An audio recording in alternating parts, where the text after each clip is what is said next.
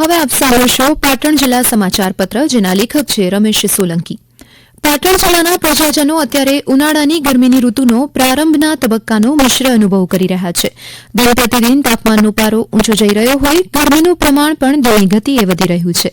આ સાથે જ ઠંડા પીણા, શરબત, જ્યુસ, શ્રીખંડ, કેરીનો રસ અને આઈસ્ક્રીમ વગેરે ઠંડક આપતા ચીજવસ્તુઓનું વેચાણ અને વપરાશ વધી રહ્યું છે. તો બીજી તરફ રસ્તે જતા આવતા વટેમાર્ગો અને આમ નાગરિકોને પીવાનું પાણી ઠંડુ મળી રહે તે માટે ઠંડા પાણીની પરબ પણ ખુલી રહી છે. પાટણ જિલ્લામાં ધોરણ 10 અને 12 બોર્ડની પરીક્ષાઓ શાંતિપૂર્ણ માહોલમાં સંપન્ન થઈ.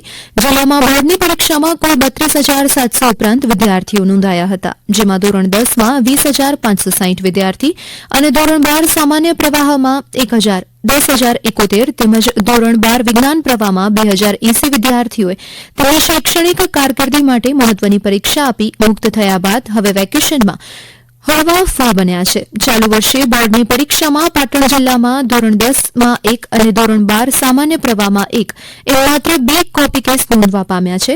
શાળાની પરીક્ષાઓ પૂર્ણ થતાં યુનિવર્સિટી અને કોલેજની સ્નાતક સેમેસ્ટર 6 અને અનુસ્નાતક સેમેસ્ટર 4ની વિવિધ પરીક્ષાઓ પણ હાલમાં ચાલી રહી છે.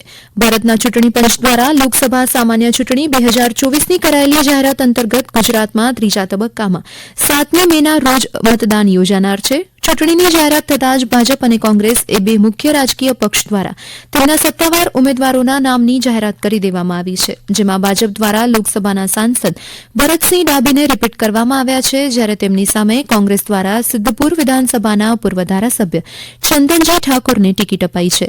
જેથી પાટણ લોકસભા બેઠક પર ભાજપ અને કોંગ્રેસ એ બે મુખ્ય પક્ષ વચ્ચે ચૂંટણીનો જંગ ખેલાનાર છે. ઉમેદવારો જાહેર થઈ જતાં જ પાટણ જિલ્લા સહિત લોકસભા મતવિસ્તારમાં ચૂંટણીનો રાજકીય ગરમાવો પ્રસર્યો છે અને ઉમેદવાર દ્વારા તેમનો પ્રચાર જંગ શરૂ કરી દેવાતા પાટણ જિલ્લામાં ચૂંટણીમય વાતાવરણ જામી રહ્યું છે. જિલ્લામાં શાંતિપૂર્ણ માહોલમાં ચૂંટણી પ્રક્રિયા સંપન્ન થાય અને મતદારો નિર્ભય રહીને તેમના કોઈપણ પ્રકારે પ્રભાવિત થયા વિના પોતાના મતાધિકારનો વિવેકપૂર્ણ ઉપયોગ કરી શકે તેવી વ્યવસ્થા સાથે જિલ્લા ચૂંટણી તંત્ર દ્વારા પણ સજ્જ બનીને તમામ તૈયારી શરૂ કરી દેવાઈ છે. પાટણ સંસદીય મત વિભાગમાં પાટણ જિલ્લાની 4 વિધાનસભા બેઠક 16 રાધનપુર, 17 ચાણસ્મા, 18 પાટણ અને 19 સિદ્ધપુર તથા બનાસકાંઠા જિલ્લાની 11 વડગામ અને 15 કાંકરેજ તથા મહેસાણા જિલ્લાની 20 ખેરાલુ વિધાનસભા વિસ્તારનો સમાવેશ થાય છે. ચૂંટણી 2024 દરમિયાન આદર્શ આચાર સંહિતાનું પાલન થાય તે માટે જિલ્લા કક્ષાના ઉચ્ચ અધિકારીઓની નોડલ અધિકારી તરીકે નિમણૂક કરવામાં આવી છે. ચૂંટણી પ્રક્રિયા દરમિયાન કાયદો અને વ્યવસ્થાની સ્થિતિ જળવાય તે માટે આવશ્યક પગલાં લેવાઈ રહ્યા છે. જિલ્લામાંથી મળતી તમામ પ્રકારની ફરિયાદો માટે જિલ્લા કક્ષાએ 24 કલાક ફરિયાદ દેખરેખ કક્ષ અને કંટ્રોલ રૂમ શરૂ કરવામાં આવેલ છે. ચૂંટણી અંતર્ગત જાહેર સભા, રેલી વગેરેની પરવાનગી સમયસર મળી રહે તે માટે સિંગલ વિન્ડો સિસ્ટમ પણ શરૂ કરવામાં આવી છે.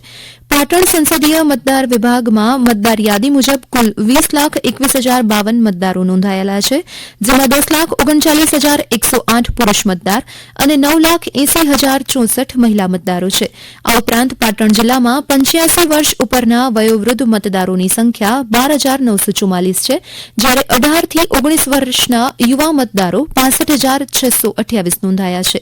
વળી દિવ્યાંગ મતદારો પણ અન્ય મતદારોની સાથે જાગૃત બનીને મતદાન કરે છે.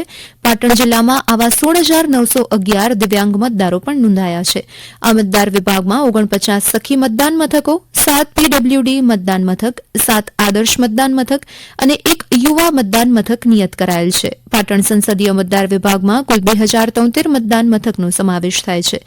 લોકશાહીના આ મોટા પર્વમાં વધુમાં વધુ લોકો સહભાગી બને તે માટે સ્વીપ અંતર્ગત વિવિધ પ્રવૃત્તિના ભાગરૂપે મતદાન જાગૃતિ કાર્યક્રમ અંતર્ગત જિલ્લાની શાળા કોલેજમાં પોસ્ટર સ્પર્ધા, ચિત્ર સ્પર્ધા, સિગ્નેચર કેમ્પેન વગેરેનું આયોજન કરી મતદાન જાગૃતિ માટે પ્રચાર પ્રસાર કરવામાં આવી રહ્યો છે.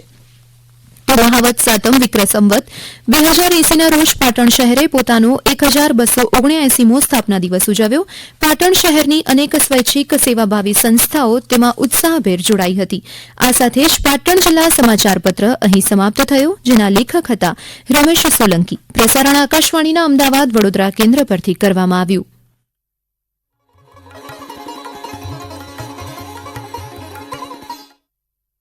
આકાશવાણી